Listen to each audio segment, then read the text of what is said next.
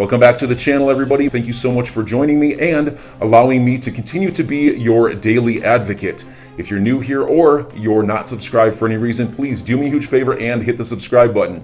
Thank you to all of you who have been watching and following me for so long. It truly means a lot, and I'm glad that I can be this person. Then I got to tackle this because, again, a lot has happened this week. It is Friday, thank goodness for that. Then we have the weekend. But this past week, we did get that executive order from President Biden. This from Kyle McLean here. Agencies must work. So he's basically just summing up the executive order and what, if it was very long, it was very dense. I tried to do my best in those two videos to kind of get a grasp at what the executive order meant, the underlying current of what it could mean, some perhaps reading between the lines. We talked a little bit about Tom Emmer, also his opinion on things, a little bit more negative than the general opinion. But here we go from Kyle McLean. So just a few highlighted points that I think we should always kind of keep in the back of our head. So first of all, agencies must work together. The SEC, the CFTC, and all the other agencies mentioned in that document. The SEC got their wings clipped. Level playing field was another point of that executive order that they mentioned. Cross-border payments, instant settlement and scalability, environmental concerns, digital dollar and CBDCs, US-based companies preferred. I really do like these points here, specifically the level playing field. Of course, we know that has been a talking point of Ripple's since the beginning. And these ones down here, although they did not mention Ripple or XRP directly in the EO, these also have been talking points that we have discussed throughout the years with regards to Ripple and XRP. Of course, they deal with cross-border payments, instant settlement, and it is scalable. We know XRP is a very, very environmentally friendly cryptocurrency compared to proof-of-work coins like Bitcoin, Ethereum, so on and so forth. And they have been working with other countries to help provide guidance and to help them produce CBDCs on the XRPL. We also know Ripple is an American company, and so if the government is going to prefer American companies, that is also a good thing. So these are just a few of the highlighted points. Again, very, very positive. Brad Garlinghouse has gone on the record and even said, this is good. We have a little more guidance. We can navigate a little more freely now that we have this guidance. And so Kyle McLean down here also saying, hint, this is not Bitcoin. Something also that I think we should be paying close attention to. Satoshi Gaines down here saying, I agree, Kyle, but just remember that Ripple, the corporation, is very different from XRP, the currency. XRP, the currency, needs Ripple, but Ripple, the corporation, does not need XRP. I don't know if I agree with that completely. However, it is technically true, I suppose. Most people do not understand or appreciate the difference. And then some people just chiming in down here, like Benny X. FYI, the SEC did not get their wings clipped. They were just not given the limelight. If anyone actually reads the EO completely in section 5 and 6, their input is required in a collaborative report with other agencies. So, in a way, yes and no, because I think what Kyle is trying to demonstrate here is that the SEC is not going to get full jurisdiction. So, yes, they still will have some power, but not all the power, and so I think that is what he meant by getting their wings clipped. Jordan Macro down here saying, what does a level playing field mean to you? Is it not the Keynesian supranational FX asset? Curious what people think a level playing field is actually about. Holdinginvestments.crypto. Level playing field means let every tech start in the same place with the same clarity and let the markets determine which they prefer.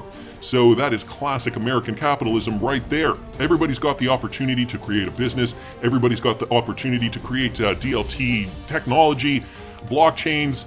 And so, the market will dictate which one is going to succeed. Of course, we know Ripple right now globally already has a leg up on that, already partnered with so many central banks. And so if this is the framework that we're going to go by in the US, and considering we're also seeing how the SEC versus Ripple case is turning out, this could mean and likely will mean very big advancements for Ripple and XRP, the cryptocurrency in the United States. And just quickly to that point here from BondCrypt XRP, again from that interview with Tony Edward from Thinking Crypto, Joseph Grunfest saying how the SEC basically has lost either way. Listen to this.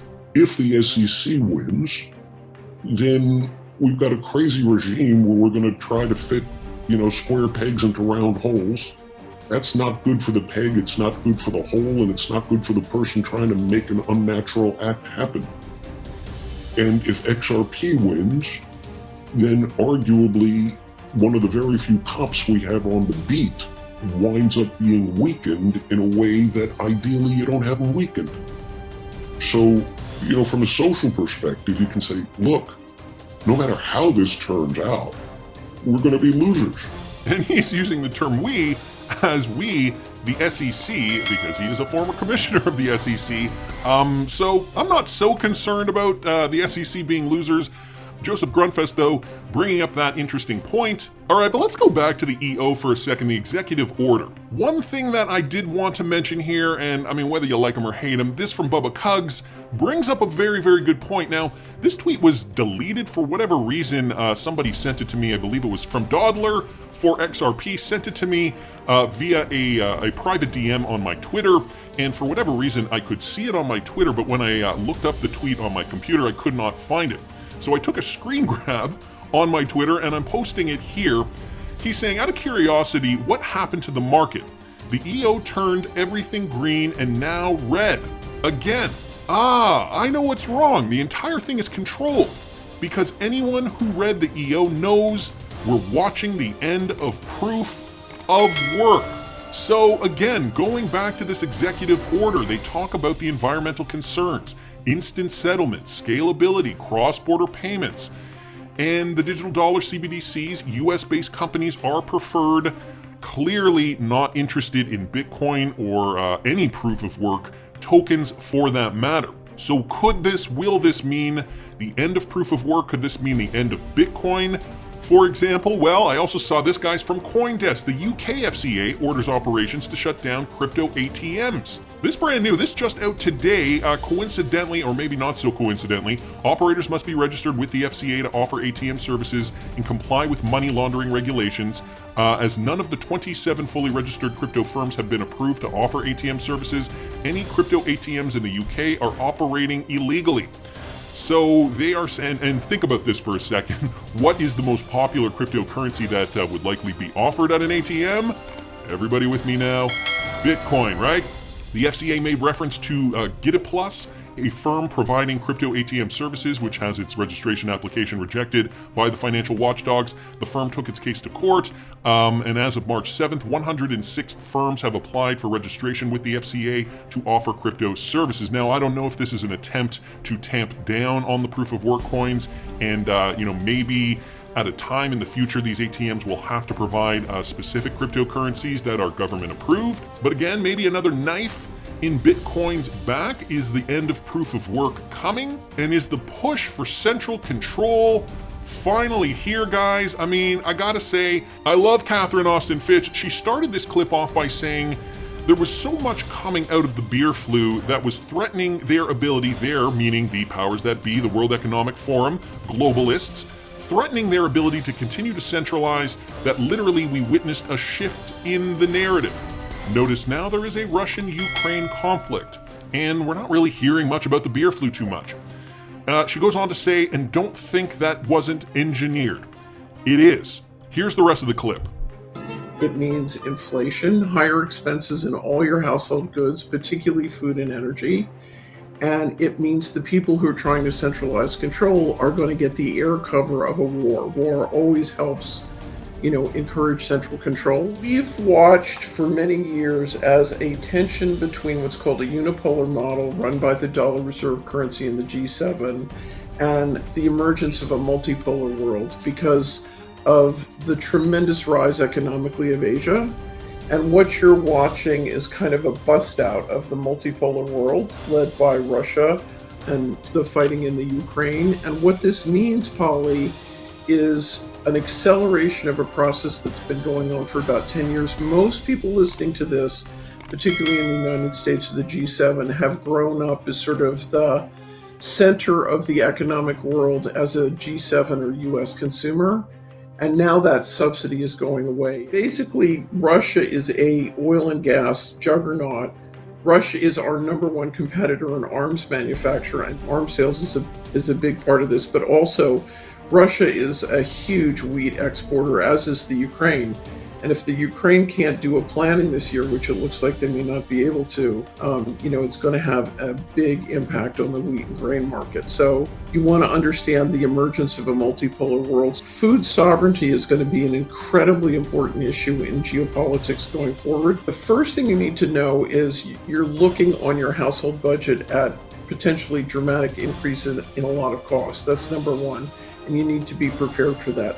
The bigger problem is going to be shortages and quality control. There's going to be lots of food on the shelf, but you can't trust that food. You need to ask yourself, where are you going to get high quality food? One of the most important things you need to do for your household budget is be in excellent health. So some interesting points there from Catherine Austin Fitts, looking at the bigger picture. She's mostly a bigger picture type person, talking about inflation, how to hedge against that, paying attention to food prices, food quality. She says, be in good health if you can. Try to stay in good health, because this ultimately is a cover for the final push for the globalists to have central control over everything, guys. And I mean, it's still up for debate whether they will win or not. Some are saying, if you follow Martin Armstrong and his algorithm, his Socrates model, that no, they're not going to win. This is just part of the storm that we have to weather before that final outcome, before we see the light at the end of the tunnel. The positive news, though, because I know there's been a lot of doom and gloom in the news these days. The positive news, guys, just this morning, I happened to come across this.